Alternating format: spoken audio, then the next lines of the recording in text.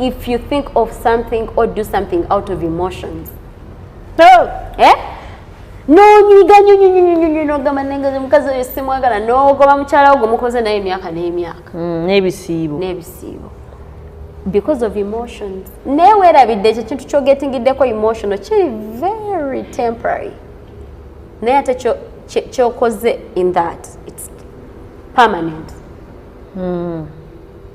And Esther, let me tell you, there are so many mistakes that have been made by people because they make decisions out of emotions. Out of emotions. Oli nanyiga Esther nonchawa. Out of a small fight. Oh, there is no big fight, but it's a small fight, but kuchintu. Tubadde ffenna for years. I come, maybe we get a misunderstanding. No, Matildah, I don't want to ever see you again. I'll go.